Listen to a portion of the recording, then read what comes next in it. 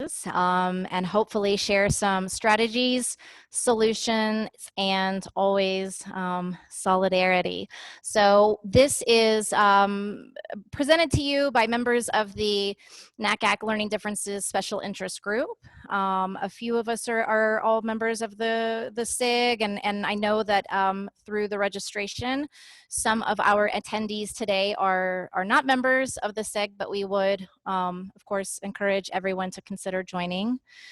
Just in case you aren't familiar with who we are, the Learning Differences SIG was established a few years ago after the Boston NACAC, and our mission is to facilitate conversations and collaboration among secondary and post-secondary professionals who are committed to the success of students with learning differences. Victoria, if you don't mind going to the next slide. These are just a few ways that you are welcome and encouraged to join our special interest group. I would like to note that you do not have to be a member of NACAC in order to participate in our SIG. We are a group of professionals and from everywhere from kind of novice to expert, really trying to come together and share what we know. As you all know, this field is ever changing. There is so much to learn and understand, and so if we can kind of create this space to share information with each other, then let's do it. So we have a few different options. Of course, Facebook is not for everyone, and we understand that, but sometimes it's at our fingertips and it's easy to do. So if you are a Facebook user, then please feel free to find us under groups/LDSIG. We also use the Groups.io function, which was actually suggested to us by one of our members. Rather than using the NACAC exchange. For those of you who are members of NACAC and have used the exchange, I know that there's a little bit of clunkiness with it. So with the Groups.io, it's an easy way to send a message out to the group and see who might be able to respond to it. So please feel free to connect with the SIG in any of these three ways. And even though I have NACAC Exchange listed at the bottom of this slide, again, I want everyone to know that you do not have to be a member of NACAC in order to be a member of our SIG. Thank you, Victoria. Let's go on to the next one. Okay, so I'd like to introduce myself. I'm Jill Corbin, Director of College and Transition Counseling at Denver Academy. I'm also president of RMACAC, as well as the co-leader for the LDSIG. I am a certified educational professional as well. I've worked for Denver Academy for about 6 years, and I guess starting my 7th school year in the fall. Denver Academy is a small private school in Denver, Colorado, for students with learning differences. We serve students anywhere from kindergarten through 12th grade and typically have about 380 students on our campus, and of course students with learning differences just kind of across the board. And I'd like to hand it off to Ferris now. Okay, good morning, because I'm in Hawaii. I know some of you are in different time zones, but I just finished my coffee. I'm Ferris James from Assets School. It is a K-12 private school that serves students with learning differences with a special focus on giftedness and or language-based learning differences, language being reading, writing, or math. So really any type of learning disability. We do serve a huge variety of students.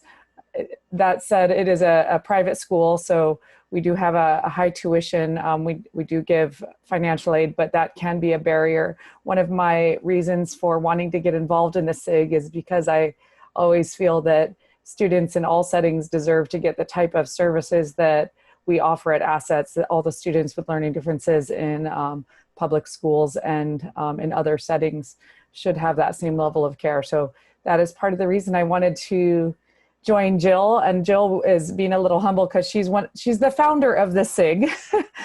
So I joined her this year when she needed a new co-leader. And I'm also the current president of Hawaii ACAC. And I'm just so glad you all are attending.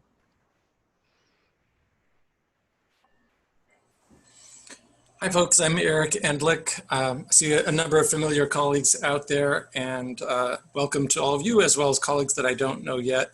There's a lot of expertise in this group. I don't mean the SIG, I mean the group that's in attendance today. So we really welcome you chiming in, making this a dialogue. This is not just sort of ask the experts type of situation.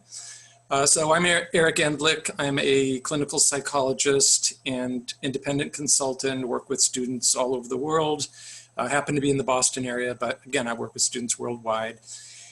And particularly students with autism or other kinds of neurodiversity. And I'm also a special needs parent. I'm a writer. I've taught in a number of Boston area colleges and universities. So have a variety of backgrounds that brings me to this. And I had seen in my practice students who were not ready for college, who went on to college and didn't even make it through freshman year. So I became a educational consultant to help students access college who either were not successfully accessing it before or were not properly ready. So I'm really focused on college readiness, making sure students have the skills they need or get the supports they need while they're in college. Hello, everybody. I'm Kathleen Glenn Sparrow. I'm representing the McLean School of Maryland. We're located in Potomac, just about 30 minutes outside of DC. And similar to the profiles of schools that have mentioned, we're K through 12, specialized in students with learning differences and also anxiety. I'm also owner of the College Coaches, and I've been in college counseling for 22 years. And the hardest 2 years were when my own 2 kids went through the process. You can imagine how fun it was for them to actually live with a college counselor.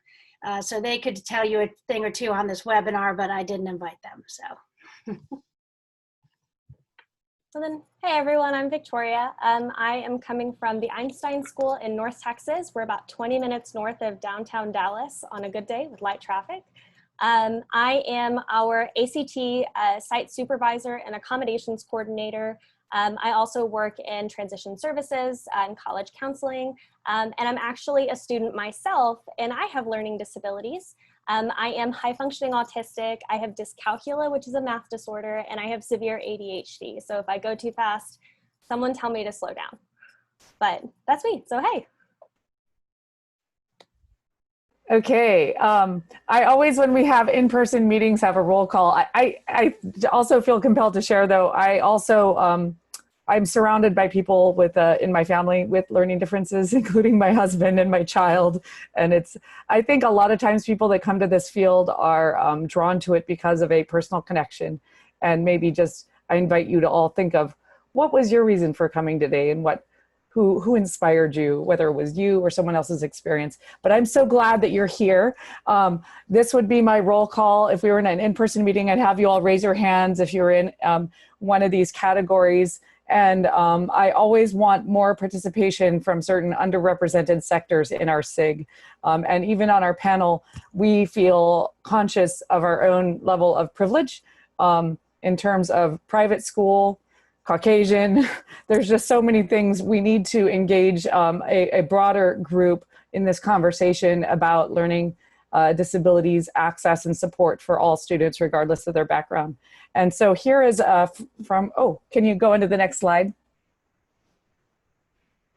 Just from our survey, you can see most of our participants today are secondary, but then also there's a strong private school bias. Thank you. I think it was 7 by this morning, 7 public school counselors. So several LD focused institutions, some admissions folks. We also, I didn't post this, but we had a huge range of people saying they felt like real beginners from all the way to experts. And I want to say that our presentation today is kind of geared to be a broad overview. We're not going to be able to go in depth because this is our first one. And so we're hoping to go in more depth in the future and have those deep dives into certain conversations. So we really hope this is the start and again, the overview. And I'm just so thankful that everyone came, and we want more of you folks to possibly consider presenting in the future, since we do have so many people out there, and offer your perspective in this field from your desk and what sort of organization and the students you serve.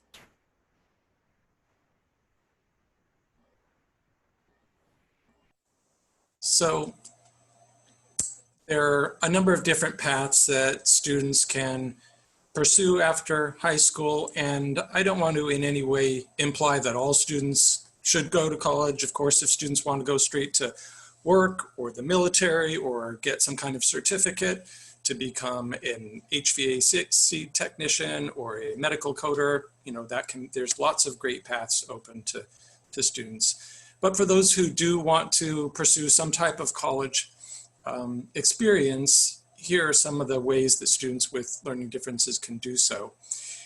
If students want to have a college-like experience but are not really capable of college-level academics for reasons of intellectual disability or related reasons, there are programs all over the country that are non-degree certificate programs, typically 2 years, sometimes more, sometimes less, in a variety of colleges where students can live at the college, have a college-like experience, sometimes take courses, but mostly these programs are focused on life skills, career skills, and other kinds of areas besides just academics. But it gives these students an opportunity to feel like they had a college experience and do some growing up in a setting along with their peers. Some of these programs qualify for funding through a vocational rehabilitation or another agency like Developmental Disabilities. In Massachusetts, it's called DDS. Then for students who are capable of college level academics, but perhaps not ready for other reasons, like social reasons or executive function challenges or other areas that they need work on, they of course can take more time between high school and college and not just sit at home playing video games, but go to a college readiness program, a PG year program, often in private schools, or some type of transition program. We mention a few of them later when we talk about resources, where they can use that year to build up their readiness skills and then hopefully have more success in staying and graduating from college when they do go. And some students really just need basic accommodations, which they can get by federal law at any college. So colleges sometimes will talk at length about the great accommodations they have. Theoretically, all colleges provide these accommodations. And for some students, that's all they need. Maybe it's extra time on test. Maybe it's a private room to test. Maybe it's a single room in the residence hall. Of course, this year, lots of students are going to get that. And so that's great if that's what they need. But then other students, particularly those with executive function challenges, with organization, time management challenges, they need supports, not just accommodations, but services and supports. Students can actually go to any college they want in the country that is a good match for them otherwise, and get those supports from a third party, from a company or an independent executive function coach to do that work virtually. And so that's a great option if students have a particular reason to attend a college that doesn't happen to have extra supports. But if you do want to go to a college where those supports are, integrated, there's a number of colleges that have LD support programs available at the college. Typically, there's an extra fee, not always, but in many cases, it's a significant additional fee. But that can make the difference between the student being able to graduate or not. So it can absolutely be worth the cost. And those sometimes are things like being able to meet with an executive function coach or an academic support coach or a mentor on a weekly basis to make sure students are staying on track with their assignments, learning study skills, and so on. And some of those programs are specific for students on the autism spectrum. Those programs tend to have an additional component in not only just academic skills and life skills and sometimes career, they also tend to have a social skills component or social groups. So that can be a great option for students on the spectrum. And then there's 2 colleges in the country which actually are exclusively for students with learning differences. And I think that's touched on in the next slide as well. That's Landmark and Beacon colleges. Thanks, Eric. Yeah, dovetailing on what Eric was saying, there's several different levels of support in colleges and universities. And I think the guiding question to consider first is, how do you determine how much support will be needed from the student in college?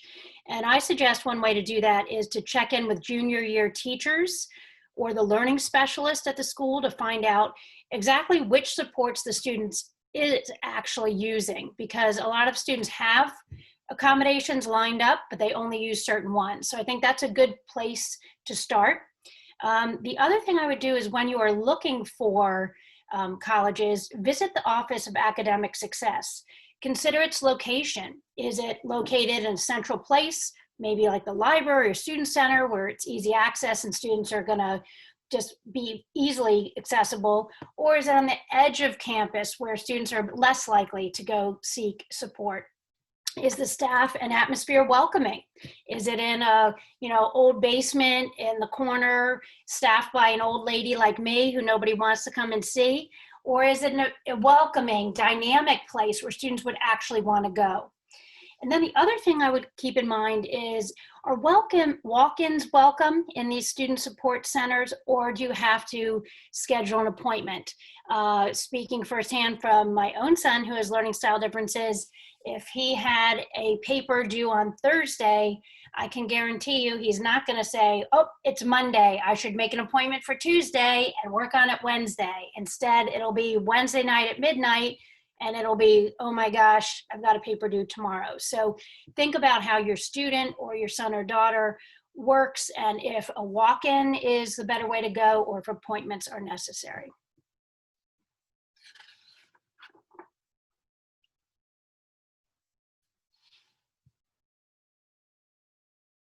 Just one other point that I had put on one of the slide I was talking about, but I didn't mention, and that is the TRIO programs available at a lot of community colleges and state colleges. And I'm sure there are folks on this call more familiar with them than I am, but that can be a great option for students who may not be able to afford a more expensive program at a private college. Thank you, Eric. So I am focusing here on how I prepare my students. It's really mostly starting in junior year. I do start to talk to the sophomores as well, of course, but the key is always self-advocacy with these students. And in order to become advocates, they have to be able to accept who they are. They have to be able to know who they are. They need to be able to say, I'm good at this, I'm terrible at that, and I need help with this other thing. So they have to be comfortable identifying their strengths and weaknesses. They need to know about their diagnoses. They very quickly, when they graduate from high school or turn 18, become owners of their own documentation. And I have been shocked over the years at how little students in high school often know about their own diagnoses, documentation, and even some of the parents sometimes are not as familiar with it. But the key is really getting the students involved in that process and understanding their own documents. So I do have them study their own documentation, and I help them through it because it tends to be a very text-heavy document, and many of my students have dyslexia. So there's a lot of helping them through that. And I do direct instruction about their rights and responsibilities with regard to their disability. And I put that little image down below just as a reminder, because it's painful to use the word disability, because we never want to make our kids feel like they cannot do something. But it's also important to recognize it's the American with Disabilities Act that gives them their rights to accommodations in post-secondary and work settings. And it's also much harder to see invisible disabilities, right? So those that are in the brain are invisible. So it's hard to often students don't want to associate with other types of disabilities, and so that causes them to shy away from, or you get the senior sometimes that graduates and says, well, I graduated from high school, now I'm fixed and I can go to college and not get accommodations. So encouraging families and students to have a positive view of accommodations as opposed to it being something negative and to recognize that it doesn't give you any sort of unfair advantage. It simply levels the playing field and allows you to access material and show the full extent of your knowledge. So senior year, I try to get them to do their actual disability intake in the spring after they've admitted and prior to deposit. Of course, being in Hawaii, a lot of times that's a virtual experience. I kind of feel like those of us in Hawaii have a leg up in this whole COVID thing, because we've been talking to students about colleges they couldn't easily visit for decades because there's this whole Pacific Ocean situation. Yeah, so that's definitely an important thing. Securing documentation is really important. Updated documentation, it's kind of a rule of thumb to say to obtain it within 3 years of enrollment, but it really depends on your diagnosis. And a lot of people have trouble paying for this. It's very rarely covered by insurance. I don't know anyone who gets it covered by insurance. If you are in a public school and you have an IEP or 504, the DOE will, of course, update your documentation. This spring, it was really challenging, I know, with the school closures. But just I'll share personally, it was my daughter's time to get hers updated. And they did. They followed up this summer. And now that they have the 12-month employees there, they updated her cognitive and academic scores. So I was like, wow, yay. So, but, you know, I did advocate. So I think the key is to expect positive things and to go ahead and advocate for what you know you should get and what you need. As far as documentation, is it worth the money? Is it important to get it updated? I find that my students that have transitioned to college don't realize they need that updated documentation until they're in a situation, and I have few students who have not experienced this, in which they are challenging a denial of an accommodation. Something that they really need has been denied to them, and they have to justify it. That's when that updated documentation, as well as their ability to articulate about their own strengths and challenges, is so mission critical. And getting them to accept it, I think the key is also to acknowledge the traumas that they may have experienced in school prior to being diagnosed, the traumas that their parents have experienced, and to recognize that it can be a painful process, give them time to address that, but then to build that sense of resilience that, yes, I have something called a disability, but that doesn't mean that I can't do this. It means that I can do it with these supports. Okay, next slide. All right, and as far as some things specific to COVID, we can't visit the college. Well, like I said, in Hawaii, that's been a problem for a long time. But I will say the virtual tours right now are better than ever. There's colleges that are walking around campus with little video cameras, and I can't believe the amazing things going on out there. And I always encourage students who can't afford to do a college trip to walk around local peer colleges to see what is a large public like, what is a small private like, what is a community college like, all those different categories. Usually those categories exist in your state, and you can find them locally to get a sense of the type of program they should be looking at. And I have the little thing about don't put all your eggs in one basket. Every year I tell my students, you've got to have a local low-cost option that you know you can afford without any financial aid. Because for one thing, even if you think you can afford it now, things could change between now and the end of senior year. Well, let me tell you, that came home to roost this year in a big way. So a lot of families, it was good that they had that local low-cost option. Some of them hadn't listened to me and had to make that local low-cost option in May, which meant I had a lot of extra meetings with a few families. I always remind all families to complete the FAFSA and, if needed, the CSS profile. And I warn them about the profile schools maybe giving less. And I help them do it because a lot of times our students have parents that also have a learning difference that impacts their executive function, their ability to access text. So sometimes the families need a little extra hand-holding as well. And there are LD-specific scholarships. Now, a lot of these are national, so they're very competitive, but you could also look locally and make sure you publish those with your other lists. Okay. So accommodations for college entrance testing. So a big capacity and a big function of my job at the Einstein School is just processing accommodations for College Board and ACT, and then proctoring exams. That's probably 90% of my job at this point. And if anyone hosted the June, I'm so sorry. Condolences to you because we survived. So, you know, College Board and ACT are both very upfront about what type of documentation is required. And the links are on the PowerPoint, and we're happy to put that in a published document if we end up sending that out. But when you look at the actual exams, the review process for College Board and ACT are actually very, very different. College Board trusts the school to say, these are the accommodations that the student gets. And as long as the noted disability and the accommodations make sense and match, they really, you know, don't ask for further information. And so what I mean by that is, if you have a student who has dyslexia and they have audiobooks or their tests read aloud to them in a school setting, and that's the accommodation that you're asking for College Board, they look at that, they look at the documentation, they say, okay, great. But if you have a student who maybe has ADHD and you're asking for an audiobook, that's where College Board comes back and says, wait a second, 2 + 2 does not equal 4 here. So what is the part of this student's picture that we're missing? And so that's when they'll follow up and ask for further documentation. ACT is very different. They really want to see all documentation from the beginning, and then make their decision in terms of documentation.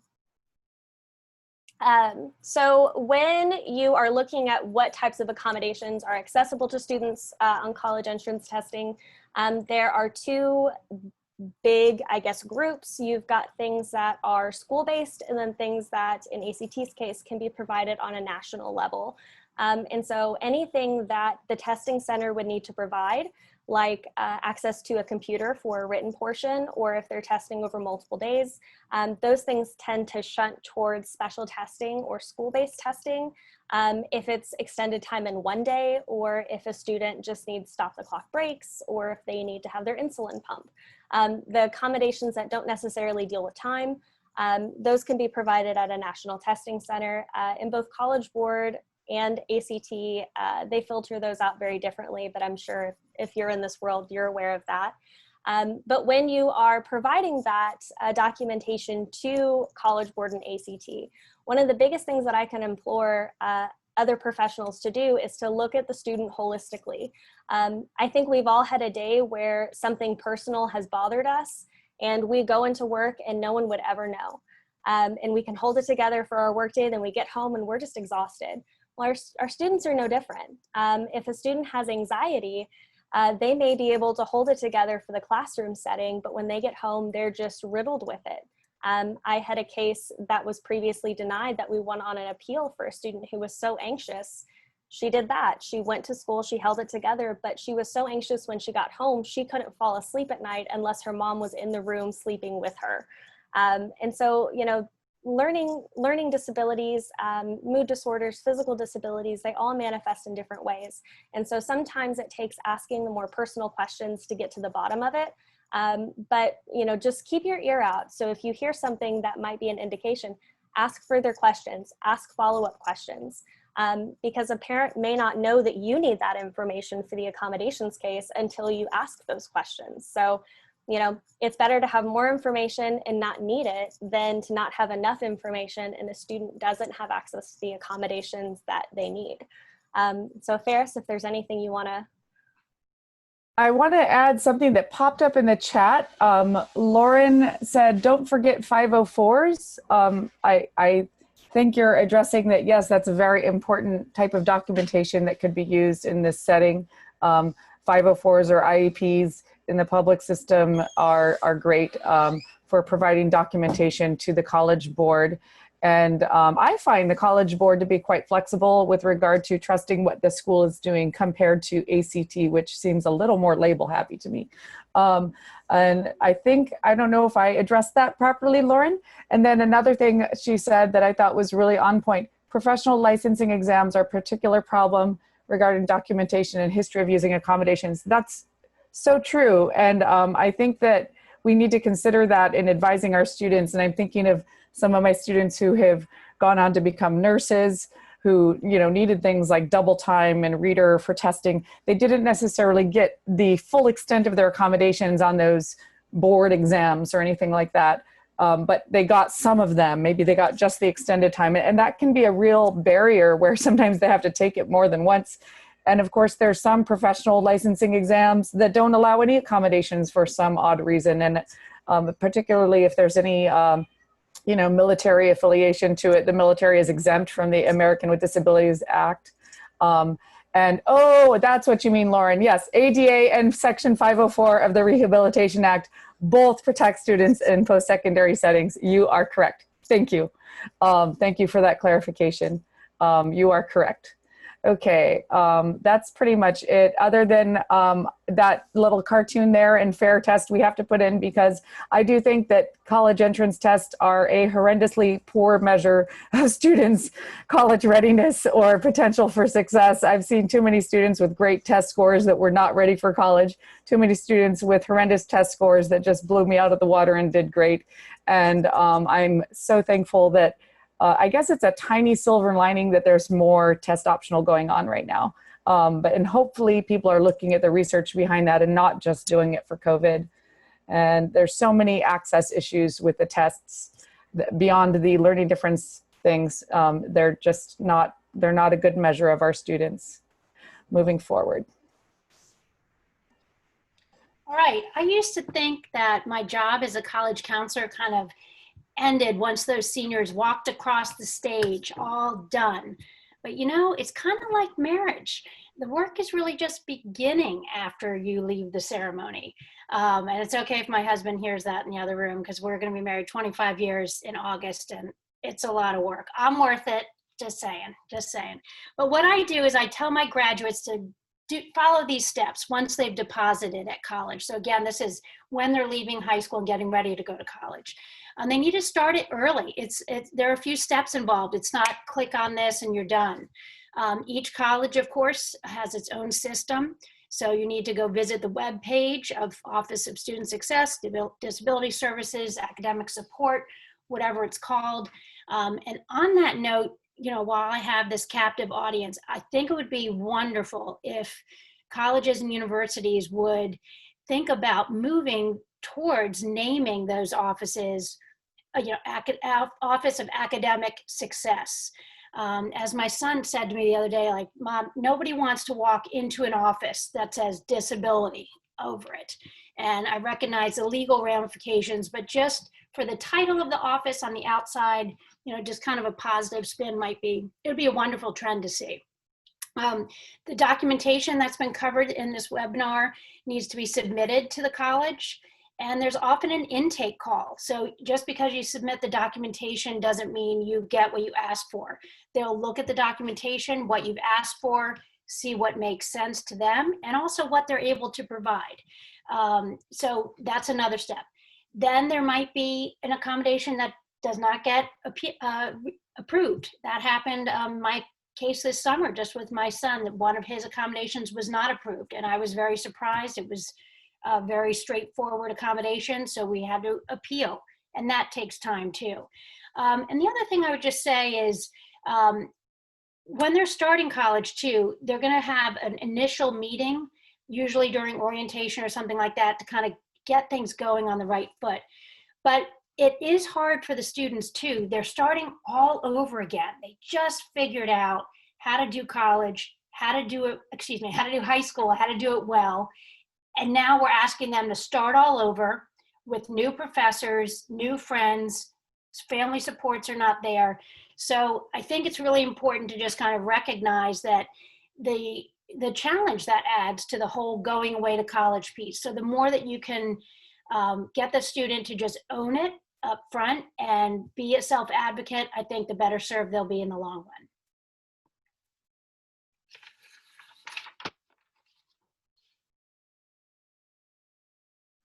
Okay, and so I'm just going to give some student perspective, as I am, you know, someone with learning disabilities who has gone through this process very recently, kind of what the student side looks like. And so one of the things that I would encourage, you know, all of my students, but you know, obviously all of your students, is to look at the mission statement for the Disability Services Office. And I'm actually going to read two different mission statements to you just really quickly so that you can see the difference. So this is an Ivy League college. Their University Disability Resources welcomes students, faculty, staff, and visitors with disabilities. UDR provides leadership to university efforts to ensure an accessible, welcoming, working, and learning environment for individuals with disabilities while ensuring compliance with federal and state regulations. So it sounds pretty cold, pretty impersonal. They're there to do their job and fulfill their legal obligation. But some universities, you know, they posture themselves differently. So to contrast, disability services for students ensures that our students with disabilities have equitable access to our classes, programs, and events. We enhance student learning by promoting self-advocacy and partnering with faculty and staff to create a more accessible environment. We seek to advance representation of all students with disabilities and establish disability culture as an essential aspect of diversity, vital to society and our community. So just from the mission statements, you can already kind of see, you know, potentially what the attitudes are with their disability services. And so helping students with learning disabilities identify with those offices and know that, you know, that office really is there for your success, that's a fantastic way to start. And that's what the college is putting out there on their own. And so you're not relying on anyone else's word or anyone else's experiences. This is what they're telling you that they'll do. So the other thing that I would say is, you know, I love that, you know, Ferris is going through documentation with students before they get to that transition stage, because it is vital to know your documentation. So understanding what documentation is required, but then also what's helpful. And so, you know, required, you need to have psychoed testing, hopefully 3 years, no later from that date. But what kind of documentation is helpful? Maybe it's a teacher letter or a letter from the counselor. Sometimes it can be just a letter outlining the parent experience of, hey, my student really doesn't have a whole lot of accommodations. They're at a private school, but this is everything that we've done on the back end to make sure that our student is ready for college. And even in more extreme cases, you know, getting a letter from the student so that they're able to articulate what learning looks like for them and what barriers are in front of them. Those can be very, very powerful documents. Now, they're not required, but it helps the university understand where that student is coming from. And so personally, going through this process, something that I have kind of applied to it is how to help universities say yes. So if you only give them just enough information to meet the criteria, it might be a no. But if you say, hey, here's everything that's going on, here's the accommodations that I need, and you find a way to get to that yes, or at least, you know, negotiate to get some accommodations, you just have a much better chance of getting there. The other thing that's really COVID specific is how, as a student, I've had to transition to online learning. And I feel like I'm at an advantage because all of my classes are online. Between work and being a mom and, you know, classes online, that's just how it has to work out. But I think the biggest thing that I would advise other LD students is learn how to break things out into chunks. Start with the smallest step of your big mountain problem, and just really take it slowly. So even if you take 50 baby steps, you're still working towards your goal. Things don't have to happen in these huge chunks. But also, I think knowing how to advocate for yourself and understanding, you know, these are the accommodations that are given to me in an in-person setting and now in an online classroom, but what can I do? What can I be responsible for to advocate and provide for myself? So transitioning to online learning, you're not going to have, you know, potentially office hours with your professor. It might be a once a week call, but knowing when that professor is available on Zoom so that you can drop in, or knowing, you know, how you can access other resources. Some of that, unfortunately, just does fall to the student. And then I want to, before I get too far, I did have someone ask, I don't understand the timeline, please clarify, test results are only good for 3 years. That is, different universities have different policies, and so that's something to look at individually with your student. Some universities will say your testing is only good for 3 years. Other universities will extend that timeline upwards to 5 years, but I have not seen a university go beyond 5 years. And that's where I think giving the university the whole picture is extremely important. If the student had their testing done freshman year and the cost of testing is a barrier for them, that's something that the university might want to know when they're making that decision so that they can extend that timeline. But, you know, unfortunately, universities are looking at that differently, and how they're categorizing learning disabilities affects that. So if you're talking about a physical disability, if you have a student who's type 1 diabetic and they were, you know, they had that diagnosis in 5th grade, that's not going away. So you don't, you know, really need documentation supporting within the last 3 years. You just need that original documentation. But if you're talking about something that could potentially be a developmental disorder, such as dyslexia, while it's something that is permanent and will affect the student's learning in the future, it's something that you want to re-up that documentation to make sure that the university has an accurate and current snapshot of where that student is closer to admissions. So yes, you're talking 3 years prior to admission, so sometime around sophomore year, sophomore summer between going into junior.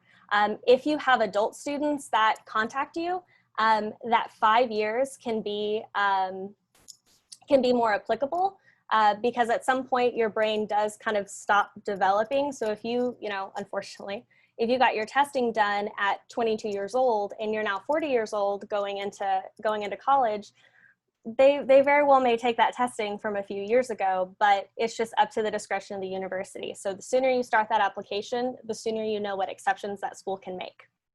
So, okay. And then last thing, how does having a disability affect COVID policies, accommodations, and degree plan substitutions?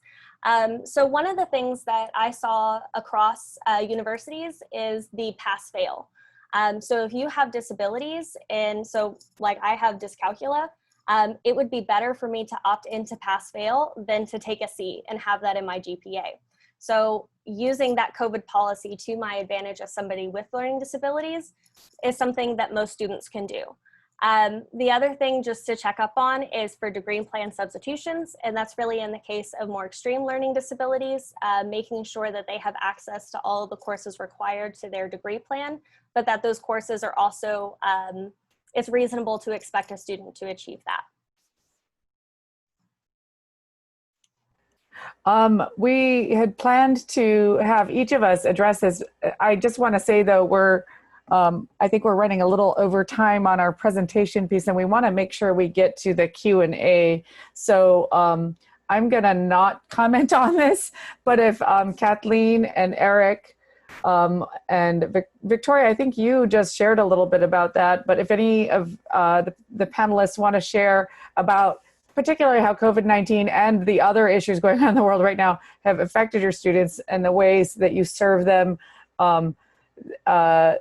jump in. And then after that, I want to say also, we're going to be emailing you home a whole bunch of resources. So I want to make sure I mention that as well. And we will email home the slides, which will have the resources listed as well. I feel like we are short on time, so maybe if we can quickly share how COVID has affected us, and then we're going to open it up to the audience for some Q&A. Sure. Kathleen, do you want to take it away? Absolutely. I'll be really brief. I would say I would have to show students now more reassurance than ever, quite understandably. Also, many students with learning style differences also suffer from anxiety. And so that this whole COVID thing just adds to their level of stress. One of the challenges is we're relying more on students checking email, and this is not the email generation. As you know, it's all about texting.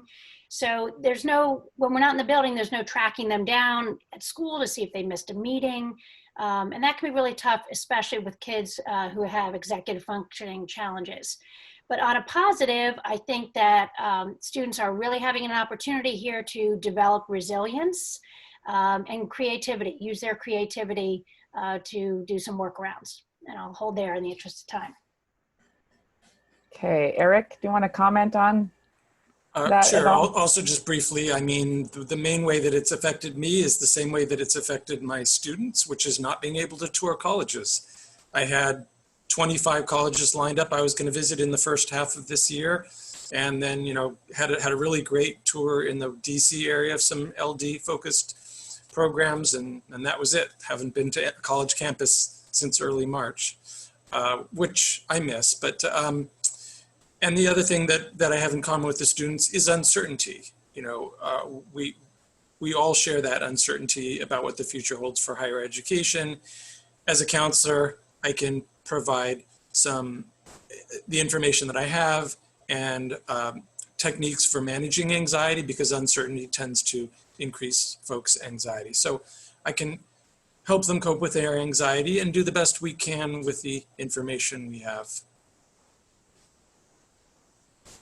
Okay, Victoria, do you want to share just briefly? Super quickly, I think the biggest difference I have seen is my willingness to share my own experiences, because I think there's this misconception that everyone's just doing great right now, except for you as an individual. And so being able to share like, hey, how are you doing? Let me check in with you. Oh, you're having a hard time with that too? I am. I'm gardening now. So how are you taking care of yourself? And there's a lot more of that social, emotional learning and checking in that's going on for us. Jill, did you want to add anything?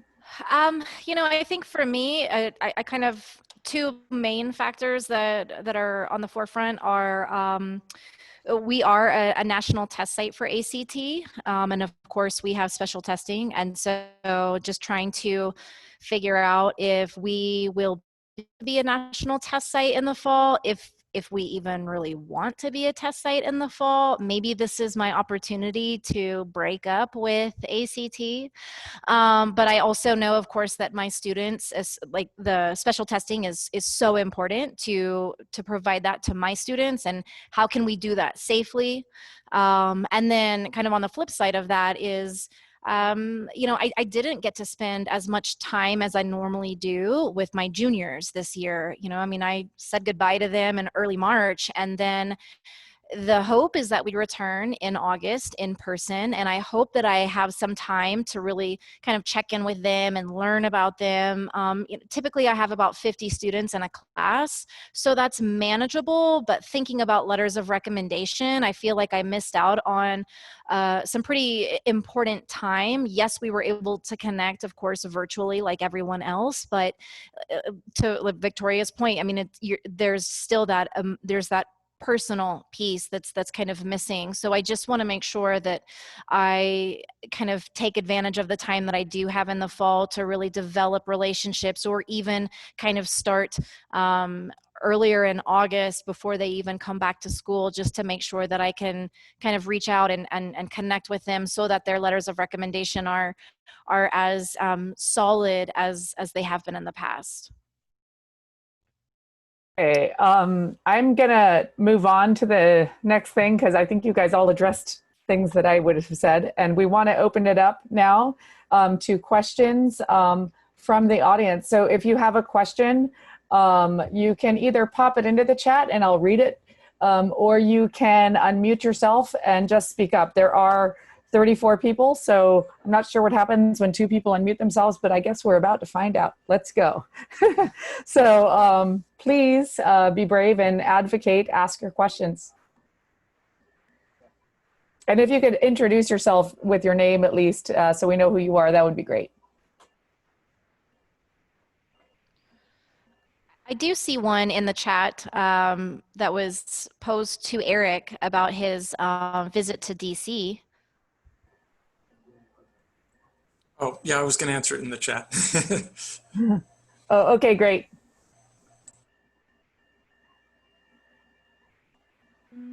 I did want to mention to you that we do have a list of resources that we've put together of key websites or programs to consider, as well as COVID-specific resources and assistive technology resources. And as Ferris mentioned, we will send that out to all of the attendees.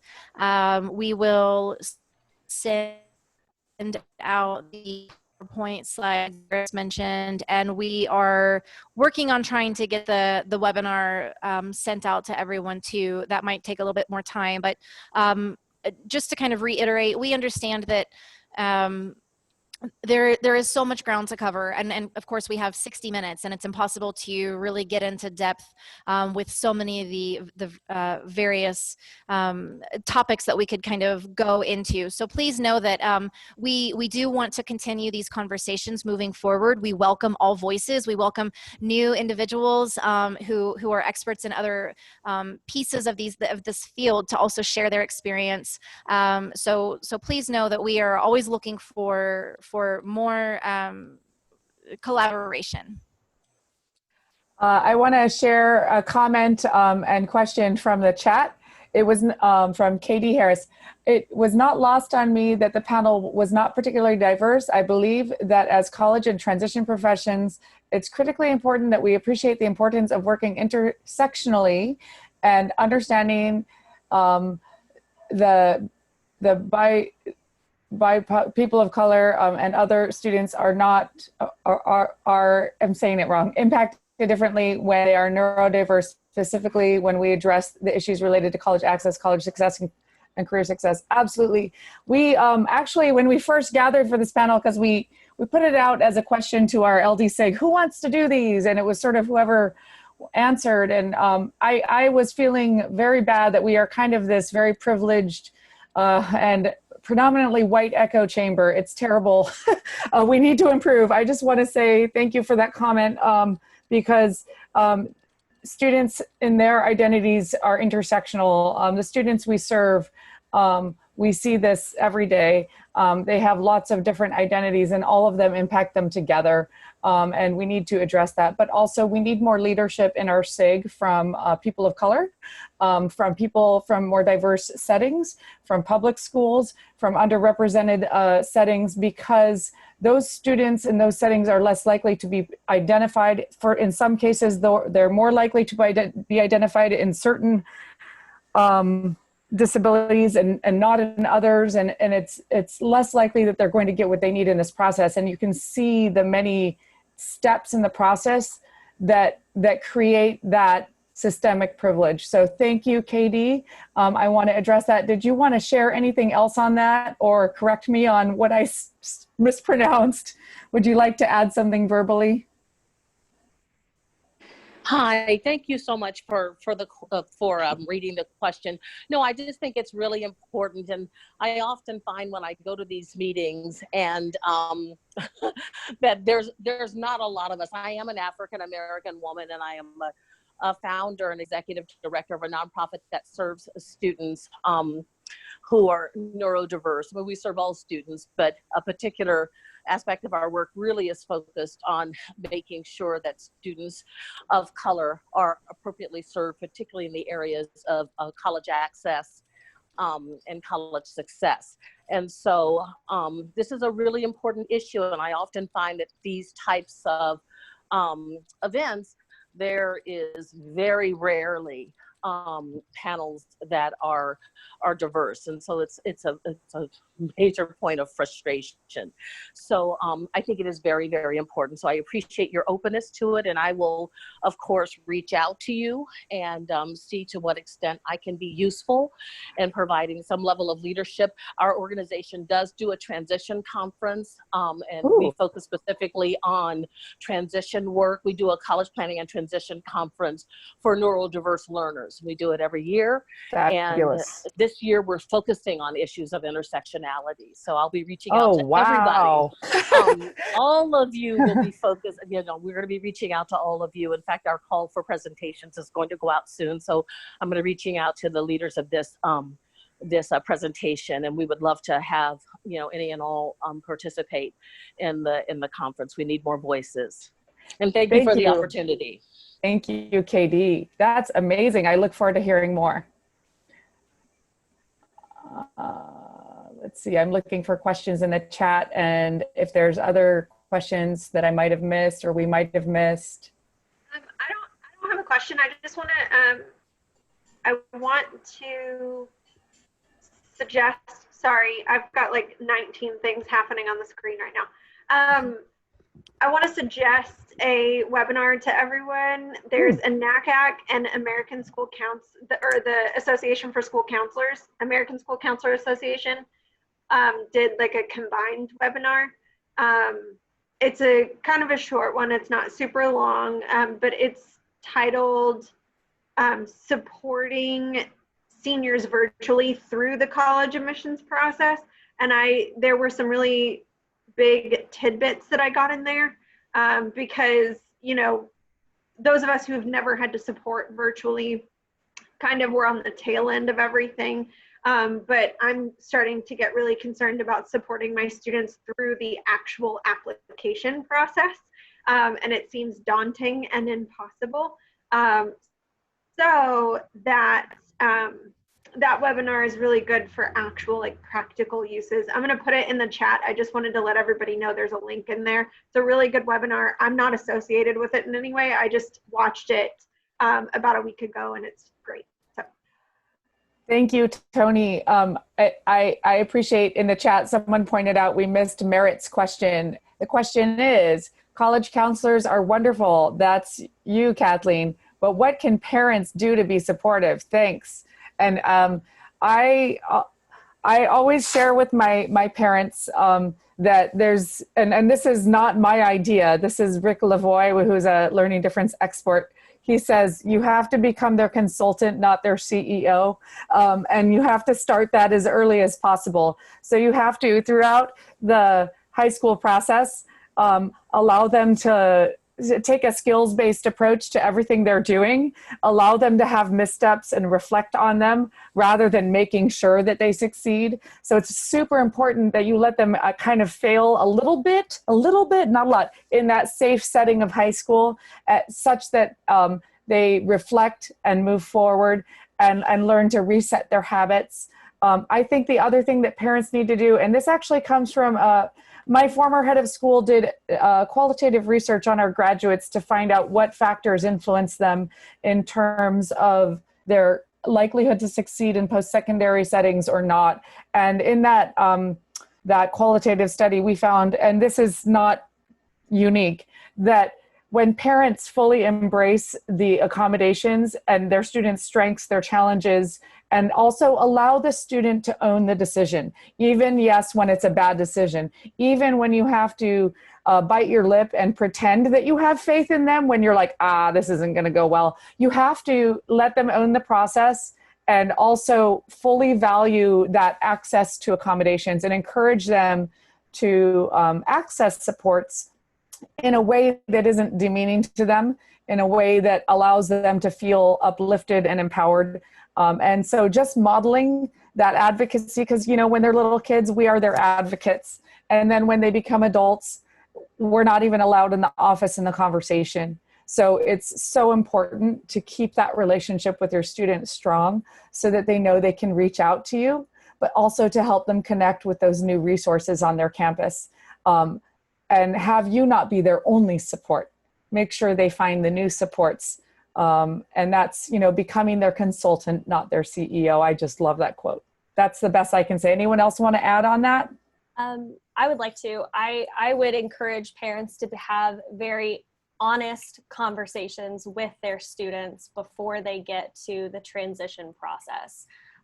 So that includes having them in scheduling meetings, having them in accommodations meetings, and actually going through their psychoed testing with them.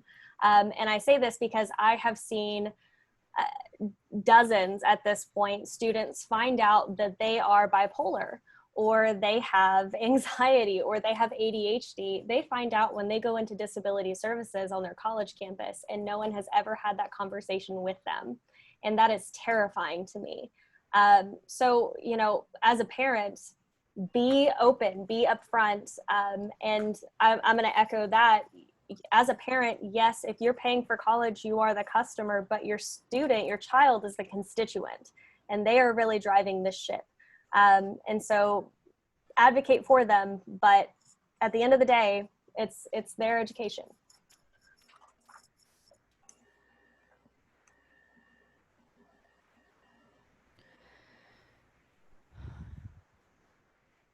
All right. I want to be respectful of everyone's time. I know we're a little bit over. Victoria, do you mind just kind of flipping through those last 3 slides just to give everybody kind of a visual of the resources that we will be sharing via email? Slide 1. Thank you. And then, yep, there's slide 1, 2, and there should be a third one, I think. Perfect. So we will share this with you via email. And I want to thank all of you for attending and participating and giving your time to this conversation. Please join us in future webinars, future Twitter chats. Please, if you have something to share or you feel compelled to serve as a panelist, we would love to have you join us. I also want to thank the rest of the panelists today. They were so patient with me while we tried to get this organized and off the ground. I'm honored to work with all of these wonderful people and to learn from all of you. So thank you so much for your time and energy that we dedicated towards this this effort. So thank you to our attendees and panelists. All right. Thank you, everybody. I'm going to go ahead and end the meeting, so it's going to boot you, but it's been great, and we will see you in the future. Thank you. Thanks. Thank you. Bye. Thank you.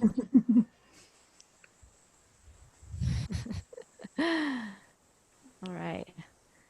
Tony, I'm going to take you up on that.